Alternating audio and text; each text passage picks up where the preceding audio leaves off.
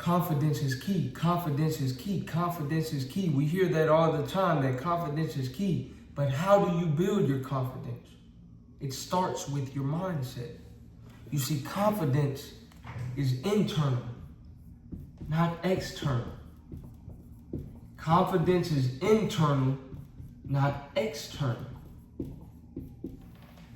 The internal is all about what's inside. It's not about the external.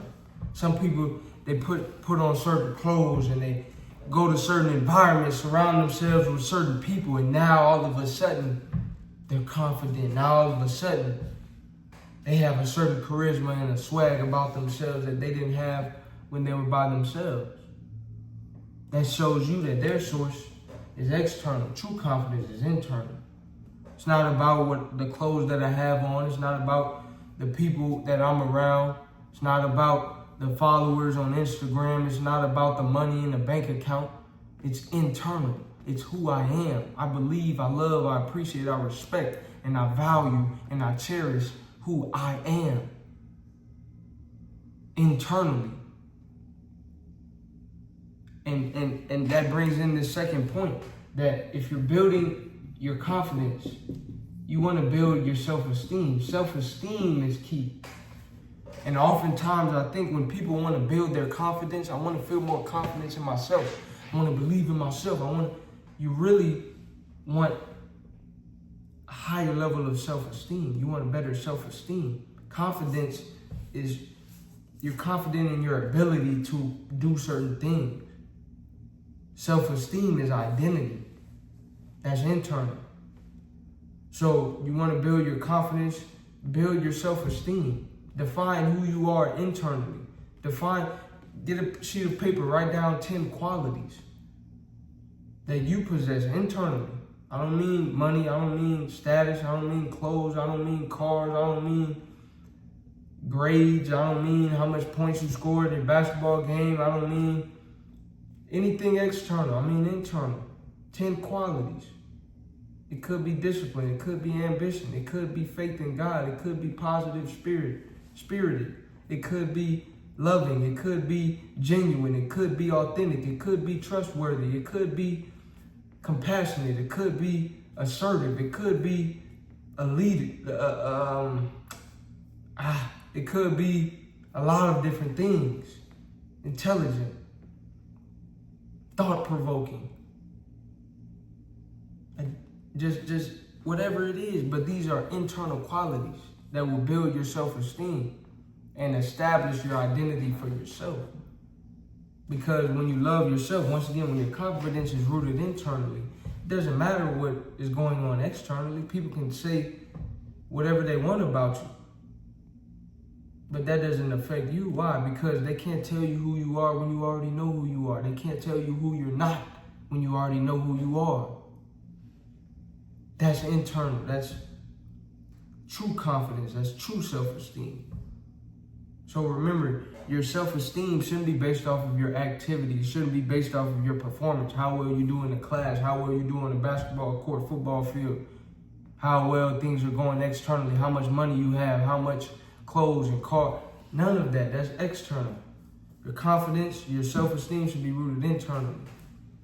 My self-esteem is built off the fact that I'm a child of God. I'm a worthwhile child of God based off of me just existing. I'm a human being. There's value and worth inherent in that. You're alive. God woke me up. God woke me up. So I'm here for a reason. That's enough reason for me to love myself and appreciate myself and respect myself and know that I am worthy internally, regardless of the external. If you're enjoying the video thus far, like, comment, subscribe. Let me know what you would like to see next. Send this to somebody that you know needs to hear it.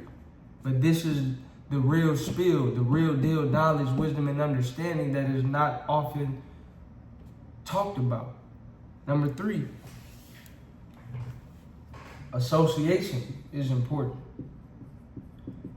You want to be more confident, you want to build your confidence, surround yourself with others that are confident. Surround yourself with others that have a high self-esteem. I like to be around people that have a high level of self-confidence. I love me some me. I like being around people who love themselves. Nothing wrong with that. You're not putting anybody down. You're just appreciating who you are and what you believe in and what you stand for and what you've been through and what you value and what your standards are and what your principles you live by. Nothing wrong with that. So birds of a feather flock together. You can't soar with the eagles if you're hanging with the chickens. If I have a winning mentality, but the 5 people I spend the most time around do not have a winning mentality, that their mentality will rub off on me. If I want to learn a new language, let's say I'm very proficient and articulate and can speak in a cohesive, coherent manner in English, but my Spanish may not be on that level. Imagine how much better I would become in speaking Spanish if I started hanging around people who spoke proficient Spanish. I would get much better, much faster, and have much more progress than I would if I only hung around people who didn't speak Spanish. The point I'm trying to make is your environment, the people that you hang around, are influential more than you may even notice. So it's important to be intentional with who you choose to spend your time with. Time is something we can't get back. So it's important to choose that time wisely. That's very important. Very important. Number 4, if you want to shift your confidence, you have to shift your focus. And I use the analogy of a water bottle that's half full. That same water bottle that's half full, someone may look at it and say it's half empty. Who's right? The person who says it's half full or the person who says it's half empty? Well, in reality, they are both correct. Why? Because it's all perspective, it's all perception, it's all about what they are focusing on. The person that sees the water bottle half full is focusing on what is there. The person who sees the water bottle half empty is focusing on what's not there. If you're building your confidence, you're building your self-esteem, stop focusing on what you may believe that you are lacking. Stop focusing on your shortcomings. Stop focusing on what's not there. Start focusing on what is there. That will give you more confidence, more of a higher self-esteem, better self-esteem, more gratitude. It will provide you with that attitude of gratitude because you're focusing on what is there.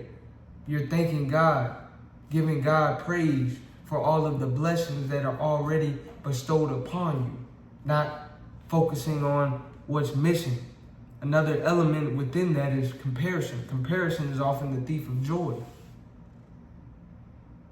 So we may have what we desire, we may have all we need, but that comparison can cause people to look outside of themselves and compare themselves to others, and then in turn feel less than as a result of them comparing themselves to somebody else.